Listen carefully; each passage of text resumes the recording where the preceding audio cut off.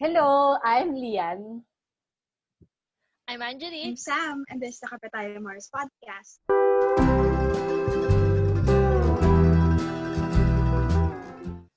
Okay, hello mga Mars. Again, we will try to keep this under 30 minutes. So tuloy-tuloy. Pero may Kailangan ba babatiin ka, natin Angelique. i-timer? Oh, Kailangan ba timer natin mo. Timer i-timer? natin. Timer mo. Angelique, may babatiin ka. Yes, hi to Jades of News Rappler Beyond the Stories. Ayan, nagchichikahan kami sa comments kaya Wow, Yeah. Jades, hi. Okay, thank you again for your messages this past week. So, our topic for this week is turning. Girl, ano yung turning? Turning 30 or being in your 30s. So, Sam, di ba 30 ka na? Yes, 30, flirty, and thriving. Ang ganda. Charot. Hindi thriving. Jiki, ikaw is 32, tama? 32 sa October. Okay, so our guest, we have a special guest for this week. Pinilit niya yung sarili niya para makapag-guest and we figured, sige, pagbibigyan na namin kasi I think ito lang yung hinihintay niya sa kanyang career. Mm-hmm. So, tas hindi kasi sapat ang isa lang na buwan dito sa show na to. So, we're gonna add another. And so, to talk about turning 30 and what to do when you're 30, we have my sister. Her name is Bea. So, let's put her on the show. Put her on the show. Pangit. Baya. Baya. Si Ate Baya. Ang tagal. Hi! Ate, bakit ang tagal ng internet mo? Akala ko ba nasa London ka? Aren't you supposed to have like the best No, I did. infrastructure? So it logged in immediately, but because I use this for business, I have my camera off when I log in, so I need to turn my camera on when I do, like when I do. Ganda ng accent ni Ate Bea. Too much explanation. Ate, nasan ka? Ate, nasan ka? Nasa bahay. Saan nga? Bahay mo. Saan? Bahay mo. No, Oh, let the viewers know where you are right Sorry. now. Oh my God, hindi ready to. Hindi KTM material. Oo, ano? Nasan ka? Okay, so I live in London, in West London. The borough's called Fulham and Hammersmith, but it's near Shepherd's Bush, and the nearest train station is East Acton. So Daming technically sinabi. speaking, Nobody I know. cares. Ate, Ang dami nobody sinabi. Ate, Basta nobody London, cares. basta nasa- London. London girl siya. Okay, Can you be specific? So be specific. So, okay, let's just Bigay mo na rin yung coordinates mo, Ate Be. let's just take a moment to acknowledge na nakasuit siya, naka-blow dry yung hair. Hoy, bakit ka nag-prepare? No. Dyson Airwrap daw siya. Like I'm wearing jeans. Ah, wow. Gago! Alam mo yung suit namin, shorts. Ay, hindi. Ako nakadress ako. Hindi ko mapakita, pero naka-shorts lang ako. O sige, ano na to? sige na. The Buan Sibling Show. Buwan sibling show. She's always wanted to do whatever I want to do kasi ganyan siya ka, ano. Oh, that's up. I'm Okay. older than you. It's Okay. always been me. Shush. Okay, so we have you here on the show that you want to go on so much because we feel like it's your career milestone. So, pinagbibigyan ka namin. And you're gonna talk about being in your 30s. Ilan taon ka na ba? I am 32, 33 in 6 days. GK, 1987 ka ba?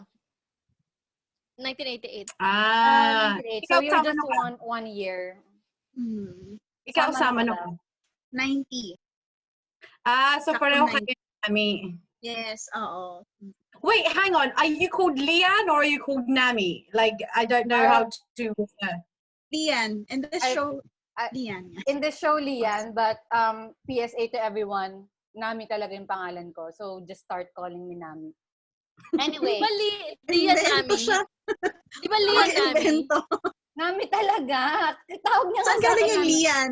Saan Oo yung nga. Lian? Siyempre, Di ba Lian Nami? Lian Nami nga. Ano ba, guys? Ano ba? Ang gulo. So, pangalan mo Sige din na. yung Lian. Okay, game na. Ang gulo. Okay. So, you're now 32, no, ate? 32, yes. So, did you dread turning 30 2 years ago and the run up to 30? I mean, look, age is just a number. I know people say that a lot, but seriously, it is. Like, so over here, like, something or what's trending or whatever, like, people always tell you, now, when you turn 30, I can't go to, like, English accent and then Filipino-American accent. Bahala ka kung saan ka masaya. So people always tell you that when you turn 30, your life will just fall into place. They're fucking lying. Did I dread turning 30? Yes and no. I think for me, it's the whole, because obviously, like, growing up in the UK with a Filipino family as well, like, they always have that expectation from you about starting a family, or at least being in a relationship, or getting into, like, getting a house or whatever. So it was a little bit dreadful, but at the same time also, it's like, all I wanted was a big party. All I wanted was to get drunk. Like, do you know what I mean? Like, I just wanted to have fun. And everybody was saying, it's like, when you turn 30, everything will just fall into place. So I was so looking forward to my 30 being like, everything is going place. Yeah, well, I mean, like, falling into place, meaning, like, you know, you'll realize what you want to do in your career. And I mean, I don't know about you, but I'm just like, I know what I want to do even before I'm 30. So that's okay. So the things ate, reminding you, under 30 minutes lang kami per. Dami sinasabi. Nakaka 24 minutes left. Okay. Anyway. Okay. Thank you for that. So, tatanungin ko rin kasi may iba pang tao sa show, no? Pero bago ko tanungin si Angelique tsaka si Sam, this is a rare moment praising her in public. Pero si ate kasi, like, she didn't have inhibitions growing up. So, feeling ko nagawa niya naman lahat ng gusto niyang gawin before she was 30. That's why probably I just wanna get drunk, have a big party, ganun. Anyway, Is that true, Ate Bea? Yeah, it's true. Yeah. It's true that you've done everything you wanted to do before you turned 30? Yeah. Oh, that's nice. I mean, this is also the thing. It's like, people, before they turn 30, they have a list. Don't have a list. It's so, like, it's impossible to do everything. Like, everything that you want to do. It's, yeah. But yeah. Okay, Jiki, as the next eldest person here, did you dread turning 30? No. Hindi Why? Naman. Okay. Maybe a little bit because that time I wasn't sure if I'm going to the right direction. And at that time, then I was like in the middle of, should I change career? Because I don't see marriage in my pathway, and I was in a relationship that time. So I was like, should I go for, like, should I just take this relationship and take it to the next level, or should I just leave everything and start anew? So turning 30 for me was an opportunity to look into what I have and see if it's a new beginning, it's a new start. So to me, before turning 30, I was like, oh my God, is this the life that I want? But once I turned 30, you know what? Fuck it. I'm just gonna do it. I'll do whatever I want. Then, ayun nga. And then I moved to another country. Well, so this is the thing. This is why people say that when you turn 30, everything will fall into place. Like, you'll exactly know what you want to do. You'll get rid of the people that are toxic in your life, and you'll keep the people that are very good to you, that gives value to your life. So I guess in that way, yes, it did. But at the same time, I had so much expectation in terms of my life falling into place that actually it's like, it's a marathon, not a race, you know. Wow, ilang oras mo inisip yan, yung linyang yan? It just came to me. May quotable quote na tayo for our card. Oh, di ba? Mas madaldal siya. Grabe, di ba? Daming sinasabi. Oh, Sam, did you dread turning 30? Ako, I didn't. Mas dinred ko yung from 20, yung from graduation to turning 20s. Pero Same. yung 30, para lang siyang 25 to me kasi you have the same, more financial capacity na, more luxury to do the things that you want to do. So I actually didn't dread it. ayoko lang siguro yung mga expectations na dapat by 30, manager ka na. Alam mo yung parang yung ibang Or- kasabay mo are higher in the ladder. Yeah. They're achieving more. So, ganun yung mga pressures that I didn't like. But turning 30 per se, hindi naman ako natakot. Parang at a certain age, nung simula, when we were starting with our career and stuff, our parents or our relatives are like, why are you still not married? Or Yeah. why is your position like this? Hindi ka pa manager, hindi ka pa boss or something. But as time goes by, nawala na yung expectation na yun kasi they can see that you're trying your best and you're doing your best. Ganyan. So, nawala na din yung pressure within you na I have to be something or somebody else at the age of 30. Which is, nakakagaan din ng loob for a young woman. Not young, no? 30 is not young. Like, for a woman like us. 30 is Modern young. women. Yeah. 30 is young, especially in the Western world. It's like the average woman to have their first child is like 40 now over here. So 30 is very young. So it's good that this is our topic because I really cherish listening to all you older women's wisdom. Because I naman yung older women. I actually dread turning 30. I don't know if it's because... Yeah. Ha? Anong sabi mo? Bakit? Sabi ko, why? Yeah. Ito na nga, i-explain ko, di ba? I don't know, kasi birthdays are a really big deal to me. And I've always, parang, like ko siyang minamark with a milestone. And for the last 5 years, I've always traveled either by myself or with people. So I don't know kung it's just the brunt of, hindi ka makakaalis this year. You're just at home. You're probably just in your condo with no one to celebrate with.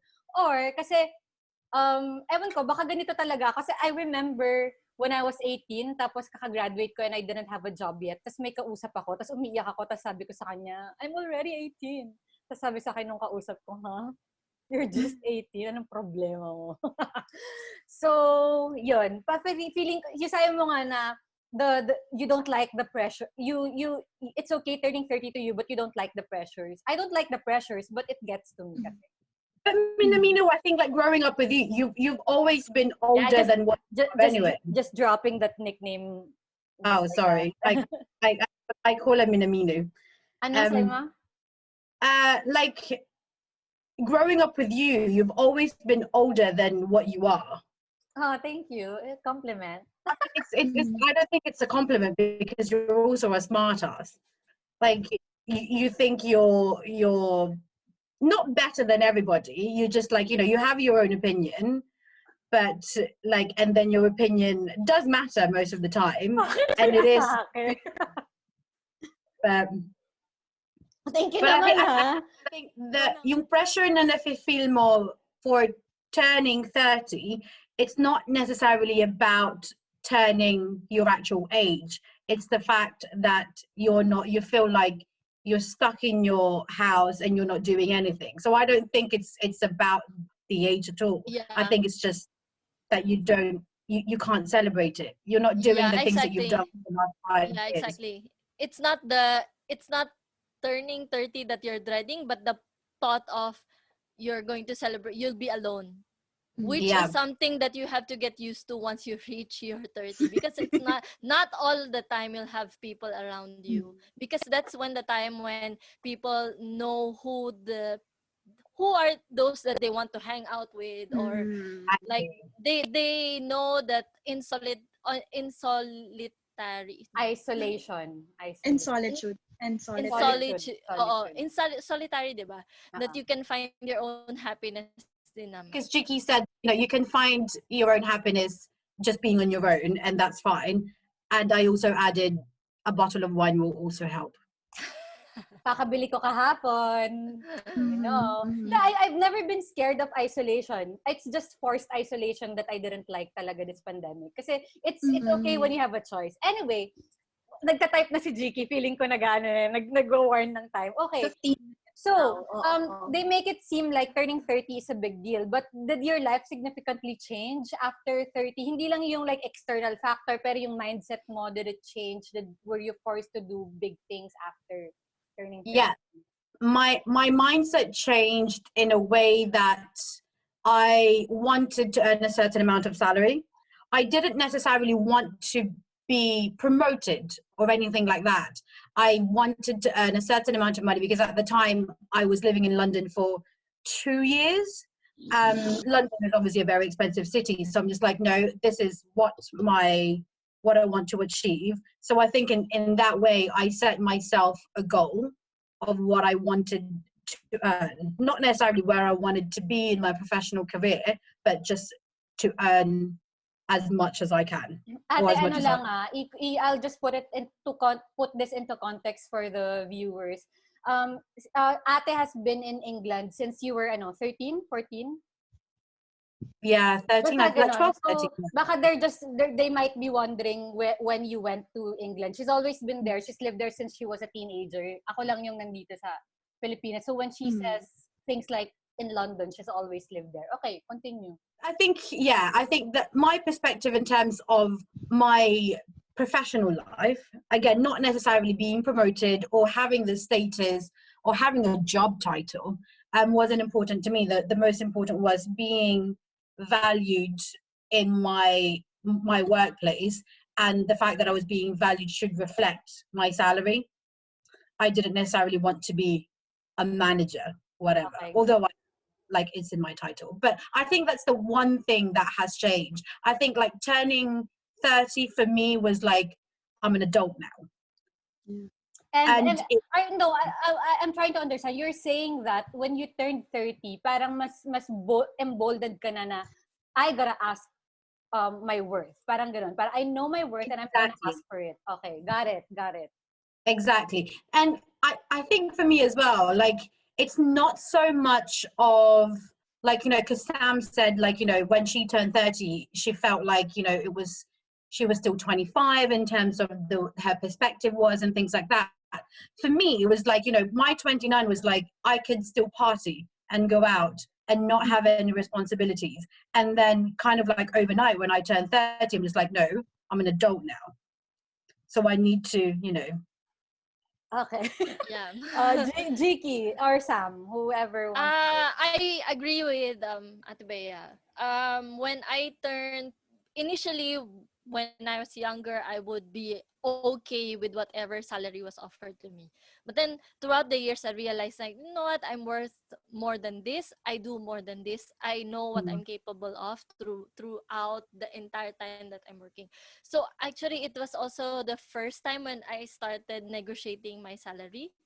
And it has helped me because I managed to, for example, the job that I have now, I managed to negotiate it to the amount that I wanted, even though it's not, even though it's not like a managerial role. It's a senior role. And I can relate also to the same way with, like, for example, when I left Jiki, bakit straight Kuala English? Lumpur, I was international audience. Sige, go. Okay, go. Sorry. Hindi ko maintindihan. So when I left KL, I was in team lead position. But then when I moved here, it didn't matter because I just wanted a change. I just wanted to take a break. What's that? Ano yun? Like, kamya Strike. Kamya sounds ba yun? O yung Kamya aso mo, sounds ate? naman. Kamya sound. Kamya sounds. Okay, sorry, Jiki. So ayun. So I can relate to whatever Ate Bea said. It has changed my perspective in a way that more than the money that I earn, they have to see that what I'm capable of, and that they value me as a talent and not just somebody who's like working for them. Yeah. So that's what Excellent. I the love things it. that I realized. And also at your 30, you realize that you could have done something when you were younger to prepare you for your 30s. Like for example, wrinkles, fine lines, mga ganyan. In your 20s, you're like, I can stay up late. I can just sleep with my makeup on. But then in your 30s, you realize, girl, hindi. You should have done Lamos that. ka, girl. Ganun. Kilamos. Oo, ganyan. So, Sammy? Ay, sorry. Yun yung mga na-realize ko. Ate, no. You cannot in fairness, Jiki, I thought like... Hindi, joke lang. Sige na, sabihin mo na. Okay, Sammy. Sammy. Ano? No, I thought before you said about, like, when you're 20s, you were going to do this and that. I thought you were going to be a little bit like philosophical about it. Like, you know, when you're 20s, I did it like, I thought I wanted to do this, then I shouldn't have done journalism. I should have done marketing, blah, blah, blah. I didn't realize that you were going to be so shallow. God. It's not shallow. Like, Excuse me. Skincare is not shallow. Grabe ka. Like 3 years ago, you didn't care about skincare. I know. That's why we're saying that we should have cared much earlier about skincare. Sam. Okay, Sam. Sige. Well, for me naman, what changed when I turned 30? I turned 30 this year. When I was in 29, I had a list of things that I wanted to do, like that's moving out of the country, studying again, getting my master's degree, alam mo yun, big ticket things, big life items. But you know, COVID happened. So it didn't, wala nag-push through in all of those plans that I had for myself. But I guess what changed in the last 8 months, I had parang, ayun nga, like you said, I learned about my worth. Like, you now know how to say no to things that do not serve you, to things na feeling mo hindi mo worth, ganun. So, yun. Okay, nag-message sorry, magde-deviate Nawala lang ako. Sorry, magde-deviate lang ako sa topic. I just want to focus down dito sa negotiating the salary. Pero keep your answer short, ha? Huwag kayong masyado. So, siguro simulan ko na. Yan din yung isa kong na-realize when I turned older na parang hindi ka na lang basta cog in the machine of a company. You should be able to assert that you're dapat hindi ka indispensable. Dapat they need you as much as you need them. Parang ganon. So, medyo maaga kong natutunan yun na I ask for the salary that I think I deserve. Hindi mo naman nakukuha yung maximum, pero at least nakapag-negotiate ka. And I think that sends a strong message to your employers na she's not your eme girl. Alam mo yan? Tapos, parang, I remember when I was younger, dahil sa sobrang kagustuhan kong magtrabaho sa media, parang, okay, wag niyo na po akong bayaran. Kahit wala na po akong OT, sure. I know I'm gonna pay for my fare. I'm gonna shoulder the expenses of everything. Basta magawa ko lang to. I'll use my own laptop. I use my everything. Ganyan.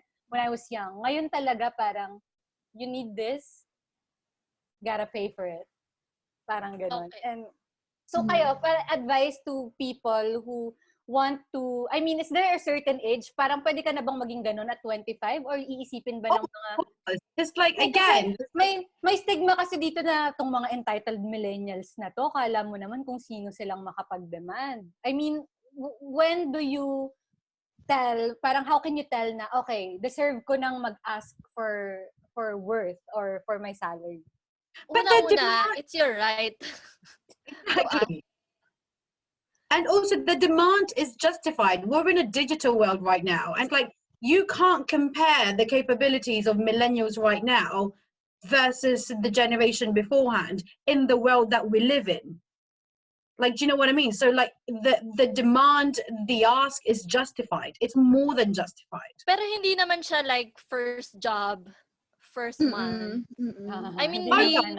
Be reasonable. Like, kailangan mong i-prove yung worth mo to that company before you can ask your demands. Yeah.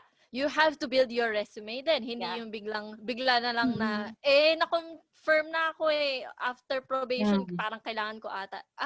First job talaga, yun talaga. Doon lumalabas yung pagka-entitled. Pero once you know what you're capable of and you've seen that you have given enough contribution to the company, and your bosses are saying the same thing, I think it's justifiable to ask for not promotion, like increase.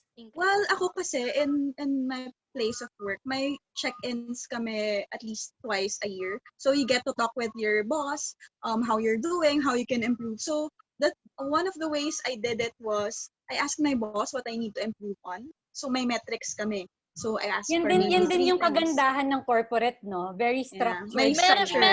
Actually kami corporate startup kami pero may structure. May ganung setup. Kami. So you can ask for kami din naman. Items na yung yung hinahanap niya for you. Yeah. Hinahanap niya for you to bring you to that level. Kasi baka mamaya naman you're working on things na kung ano yung binibigay mo, tapos hindi yun yung kailangan niya. So maybe may hinahanap siya sa'yo, maybe you can be more organized, you can be more financial, you can be more, ako, paka-creative ako all the way. Tapos hindi pala yun yung need niya. So I would ask for those things, how I can improve, what exact things you're looking for, para pag nag-promotion time, ito po yung binigay ko at saan pa ako pwede mag-improve. Yeah. Ganun. Speaking of check-in, for example, your company, you don't have this sort of thing. You ask for it. Yeah, exactly. Make sure that you ask your manager to at least have bi-yearly or How do something you ask for it? magka-catch up kayo. How do you ask for Yeah. it? So basically, not in my job now, pero yung job ko Ate, ipakilala mo. previous. No, kasi ate, you work in, I don't exactly know what it's called, but it has something to do with the psychology of human resources. Yeah, so what my job title now, I'm a customer success manager, which basically means that I work in sales, but I work in the after sales, exactly. So I don't proactively look for new businesses and things like that. So mine is all about relationship building and sustaining and everything else. Previous to my job, and my company is it's called Strength Scope. So it's not a psychometric tool, but it gives you your strength and it tells you what you're good at and things like that to enhance your life, basically. But previous to that, I work in the recruitment industry, but not the orthodox recruitment. So I don't find people, place them in a job. So I work in what we call, I don't know if you have it there, I'm sure you do. It's like software as a service, so SaaS. Yeah. So I basically work in that in that area. And the company is a startup company, or was a startup company. I was there for 6 years, and I had 4 salary increases with that company in the 6 years that I was there, because I asked for it. But the way that I asked for it was, my manager said, okay, you have to prove that you deserve that. So I spent some time actually making sure that I've done this, I've achieved this, I've achieved this. If it wasn't for me, you wouldn't have gotten this. If it wasn't for me, you wouldn't have done that. Yeah. So that's the way that you would ask for it. You don't just go ask, you don't just go, hey manager, it's like, can I get a salary increase? Because, you know, I need it. I need a dress. I think it's important that you have your set KPI and OKRs, something like that. So you know which of your goals or which of the things that they want you to do have you accomplished, and then what can you do otherwise if you didn't. So ask for those things from your manager, ask to have a catch up, ask for OKRs and KPIs. Naging career podcast na tayo. Oo nga eh. Ayun. Feeling ko so kasi OKRs hirap dito sa ganito yung mga nasa creatives and humanities and media, kasi wala namang KPI ang media. I mean, we are not measured by, wala namang kaming direct correlation sa, o dahil sa coverage ko tumaas yung ratings natin or whatever. Maybe there is, pero ang hirap lang compared to like a corporate company. Just quickly before I move on to the next question, when you also ask for something from your manager, be prepared na either you don't get it, and dapat alam mo yung reaction mo kapag hindi mo nakuha. Will you resign pag hindi mo nakuha? Alam mo yun, dapat alam mo yung isasagot mo, and be prepared to be rejected, parang gano'n. So alam mo rin yung gagawin mo. Kasi I did that when I was much younger. I wanted to be paid for every work that I was doing. And then the conversation ended up with, tanggalin na lang namin yung task sa'yo. All together. And I was like, okay, sure. Dapat may ganong confidence na, okay, ayon yung ako yung gumawa ng task. Okay, I'll walk away. Parang gano'n. Binigay rin naman sa akin after. So, yeah, parang be prepared for the consequences of your actions, kumbaga. Okay, next question. What was your pressure point? What is the biggest pressure point of being in your 30s? Body clock. I want to have a child. I want to have children. Dali na, para meron go na. I am dying. I'm crying. Kaya may date siya later. Oo. Okay, go. Ate British ha. So, alam mo na. Blue eyes. Ikaw! Oo, Ang vote for them. para maisalin natin sa Showtime, tapos siya na yung bubuhay sa atin. Okay. Yeah, so for me it's the body clock.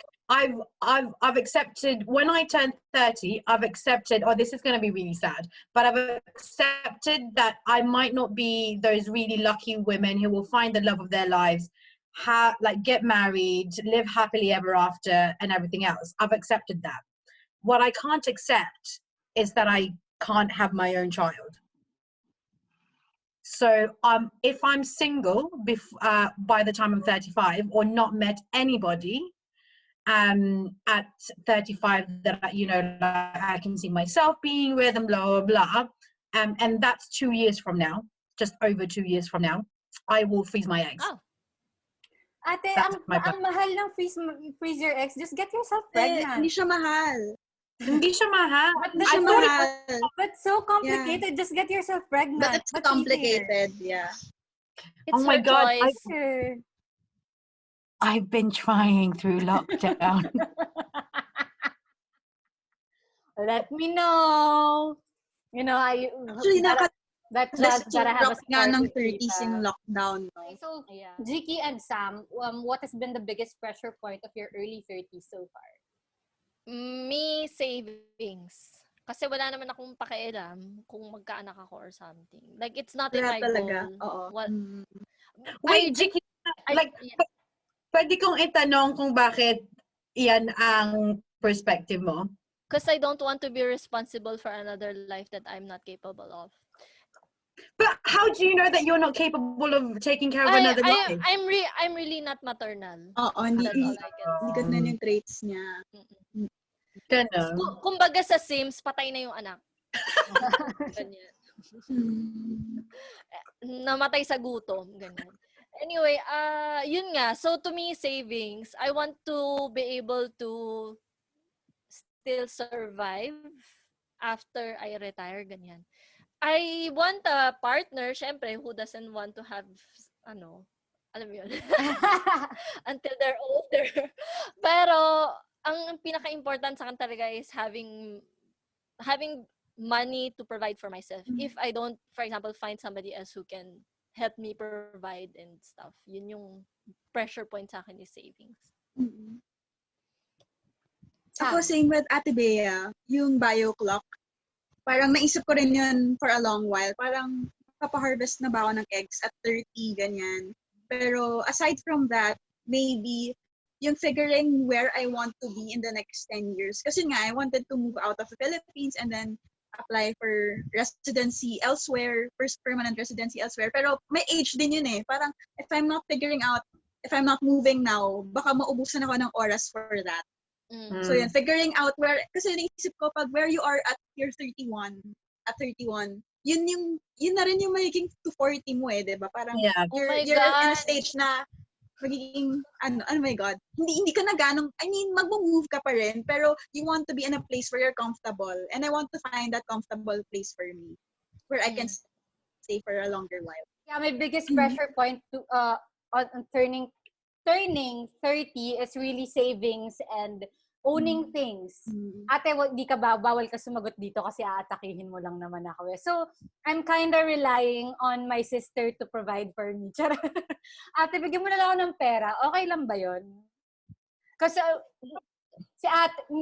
my sister and I really grew up in a very complicated and dysfunctional clan. So, we swore and made a pact that we will never fight as sisters. Pero tinatry kong ilagay sa deal na sana i-support niya na lang ako. Mami, like, muna. Bigay mo na sa akin yung yaman mo, gano'n. No. Whatever. Ano akala mo mayaman ako? Oh my God, definitely you're richer than me. You're earning British money. Anong walang laban yung Philippine money ko dyan. Tingin talaga namin mayaman ka kasi may Dyson Airwrap ka. Oo, yung Airwrap talaga yung giveaway doon eh. Oo. Yung bang reference kung may Dyson i-afford nun, sis. Anyway, last question na siguro, pero pwede naman kayo mag-extend ng mga kudaan nyo. Do you think in the first place, is it still appropriate to measure yourself against your age? What is it against your age or against people who are your age? Well, same thing. It's not the same thing. But Okay, so it's the sige. latter. So you're asking the latter. Okay. No, absolutely not. Why? Like I have friends who are either married, in a very stable relationship, married, and or have children. It's like if I compare myself to my friends who are in that status in life, I am going to go cray cray. Because you shouldn't. It's like it's a different path. It's a different journey. They wanted to get married. They wanted to get pregnant. That's fair enough. That's their life. That's not mine. I wanted to focus on my career. And no offense, tatagalogin ko to kasi. No offense, pero makaka-offend ka, for sure. Alam, wait lang. No, wait. Ikikwento ko lang Lagi siyang ganyan. No offense, pero offensive yung nasabihin. Pero masakit. Oo, offensive. No offense, but I want to take offense. Game. Oh, go. No, tatagalogin ko lang kasi if kung sa English siya, obviously. Maintindihan ng mga kaibigan mo. O sige, mawakwak ka. So like Like, oh fuck. type mo, ta-translate namin. Tagalog ng choose. Pinili. So pinili nila yung life na gusto nila, na nagkaanak, na nag-asawa, nag-wedding, or whatever. Like, pinili ko yung life na I focused on sa trabaho ko. Like, you know? So now, I'm in nasa position na ako na kaya kong i-afford na bumili ng bahay sa London, for example. Pero hindi nila kaya yon kasi may pamilya na sila. Hindi sila as successful sa trabaho as like compared sa akin kasi nga offensive na talaga. Medyo masakit yung Diba? Ganyan siya. Ako hindi. Ako kampi ako kay Ate Bea. Agree siya. If you yourself is comparing yung life mo sa others, then they will have the liberty to do the same with you. And it shouldn't be like that. That's my point. You shouldn't compare each other's lives. Ate, but I compare my life to you, and that's why sometimes na feeling ko na huli-huli rin ako. You will not be happy. I know. Exactly. If you continue comparing yourself, because you're meant to do other things. You're not meant to do customer success position or something. And then I'm not meant to be a journalist. Exactly. So why are you comparing yourself to her? It's completely different thing. If, for example, you don't compare, you'd be like, probably, I aspire to be as rich. And then you work towards your goal. But comparing is such a harmful thing to do, I think. It's not gonna help you. It's just gonna bring you down. Thank you po, mga ate. And ever since you start doing your own path, you should stop comparing because that's what you wanted to do. Like, exactly. What's comparing gonna do to you? Yun.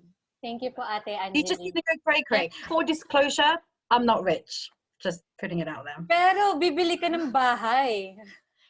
Well, she can afford it. Hindi nga ako makabili ng bahay ng Barbie eh. No, it's called a mortgage. Don't you, like, you must have a mortgage in the Philippines. So banks lend you money. It's complicated. Anyway, whatever. Spelling nga mortgage? Spell mo nga mortgage. Hindi nyo alam yung spelling ng mortgage? Gago, syempre alam namin. Grabe naman si Bea. Grabe naman kayo.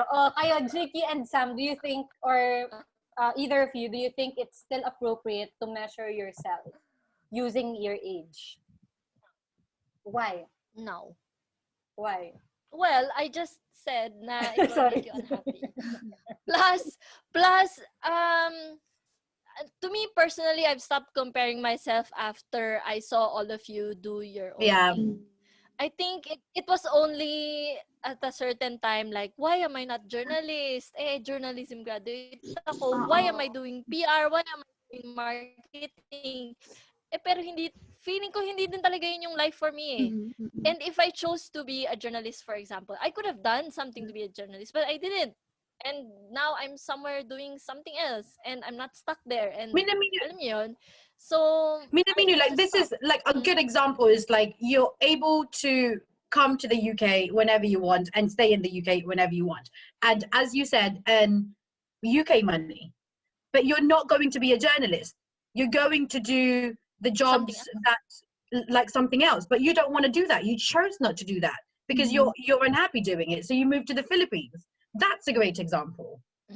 I know. I think the why I compare myself to your life is by the way we lived our lives. I feel like kasi wala akong ginawa ng bata ako. I feel like I was so uptight and didn't enjoy my youth. So parang feeling ko I am in such a pressure to be able to do what other 30-year-olds have done in their 20s. I've done nothing. So pahingin ng pera, tas gawin ko lahat ng Fair enough. It's like Rachel is like that. Rachel feels like she needs to live her life now before Rachel is my friend from grad school na ngayon mas close na sila ng kapatid ko. So, Sam, how about Shout you? out to Rachel.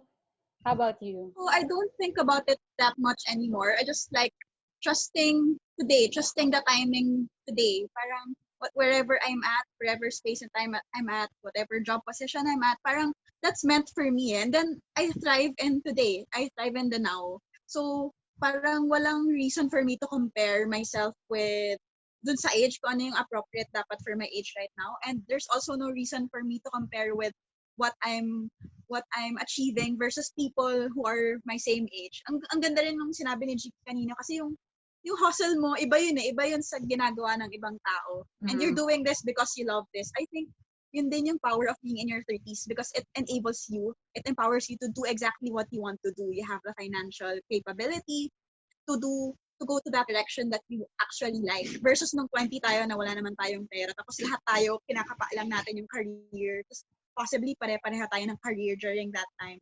But right now, you have more savings, you have more power to do what you want exactly. So, pumunta ka dun sa direction na yun. So, alam mo yun, there's no reason to compare talaga. You guys are in your such 20s, you're still swimming. You guys are such... In your 20s, you're...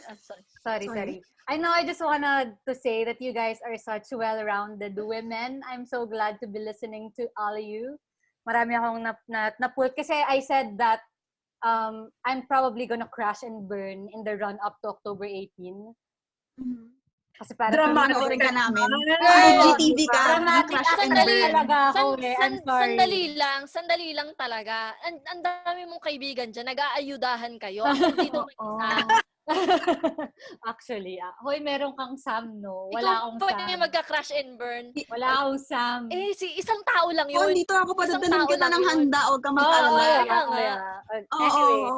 Anyway, in your 20s, kasi you're still like swimming through proving yourself. Pero in your 30s, ayoko magsabi ng should because I think it's very it's very difficult. Yeah, it's very different for other people.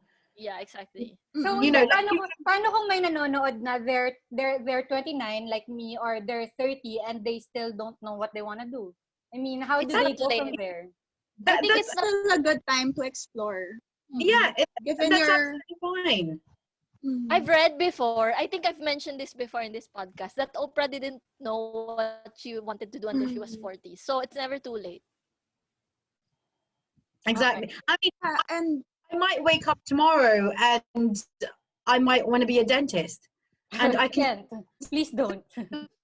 No, I won't. But like, the whole idea is like I can do because I'm single, I have no responsibility apart from my dog. I can do whatever I want. I just want sige Ate Bea. It's fine. I've lost my train of thought anyway. Gusto ko lang din sabihin, like my brother, he went back to school in his 30s. Yeah, so exactly. When he went back to school. I think now he was 30 or just turned 30 or turning 30, but he's still in school. So he's 30. So it's never too late. Okay, so I'm gonna normalize dreaming dreams at 30. Ang ganda no, normalize dreaming dreams at 30. Wait, hang on. Sam, say that again. Normalize dreaming dreams at 30. Normalize dreaming dreams at 30. Gets mo na? Okay. So, As for my last questions, I'm gonna tweak it a bit kasi I feel like my original question you've answered na. So, my original question was gonna be, what is your advice for those who will turn 30? Pero I think nasagot niyo na, so I'm gonna tweak it. So, syempre, obviously, ayaw din naman natin na mag-chill lang sila, na parang they don't feel the pressure and they're just lacking at turning 30, di ba? Ayaw din naman natin yun. So, how do they... Pangit nung slacking, Di ba? Hindi, meron kasi talagang ganun. I'm sorry. Pero, what can you tell to those turning 30 para mabalance din naman nila yung, just relax and chill. It's never too late, blah, blah, blah, blah. But, but take responsibility because you're 30. Una, maghugas ka ng plato sa bahay nyo.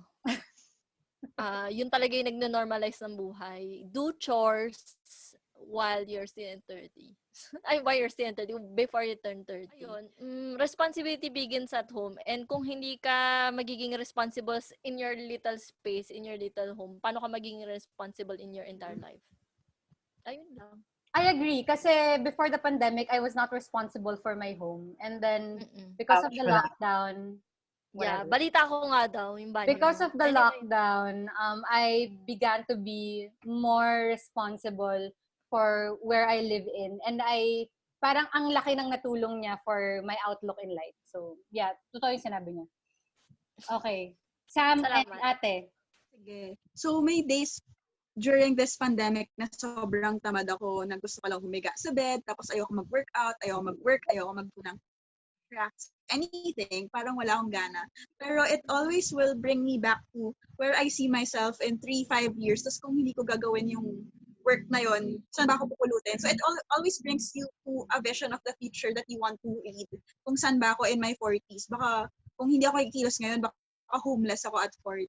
Aside from that, gusto ko rin yung sinabi ni Jiki that you do small tasks, making coffee in the morning, tapos successful ka in doing that. Alam mo, it gives you a sense of success, 'di ba? So, motivation. Kahit na wala akong motivation, kahit wala akong achievements sa work for that specific day, may nagawa akong something for myself. So, yun. May pride siyang nadadala din that I can take care of myself. Yeah. Ganda. Ate Bea. Ate, be the last word.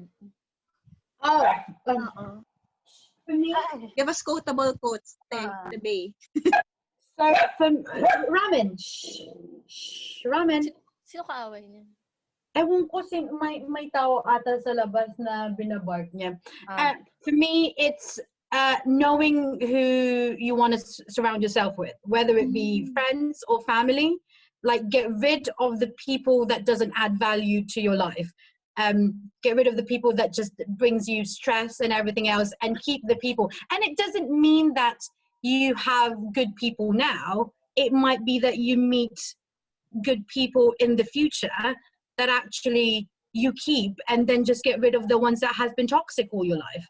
It's like, I've got rid of some people in my life, seriously. Like, it's so refreshing.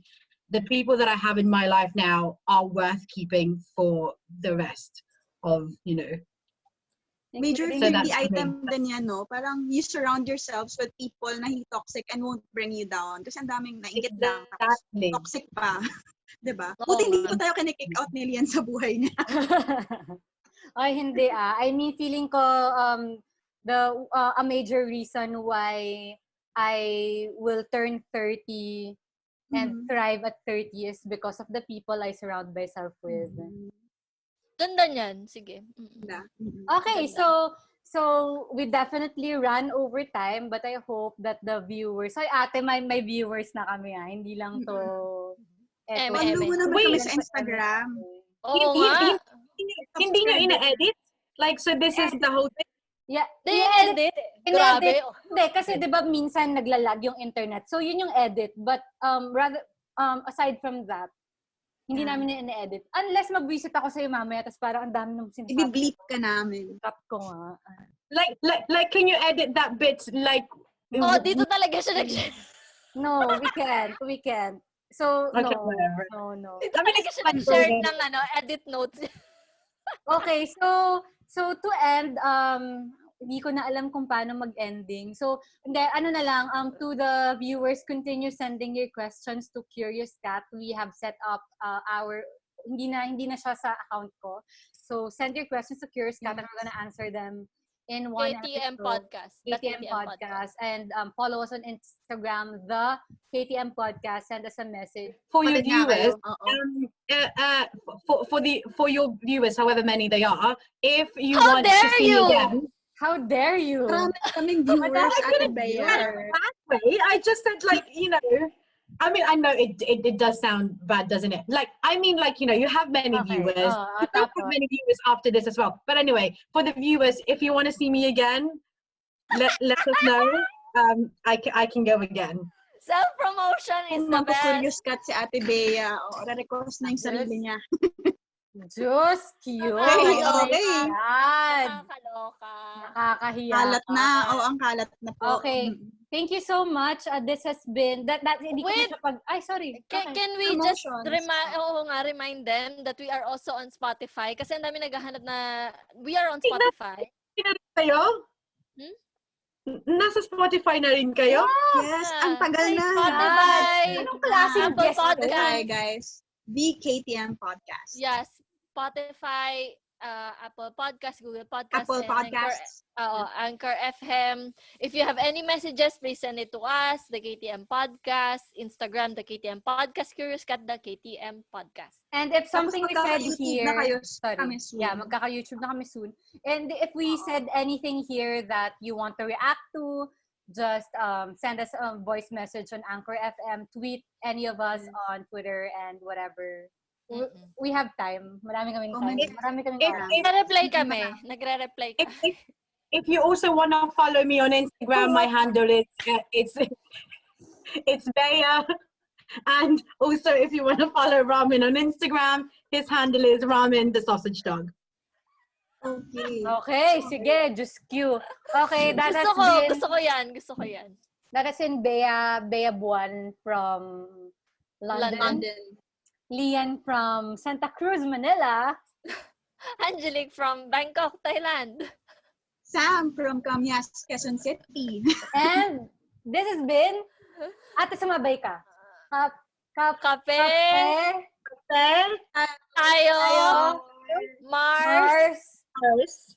Podcast. Podcast.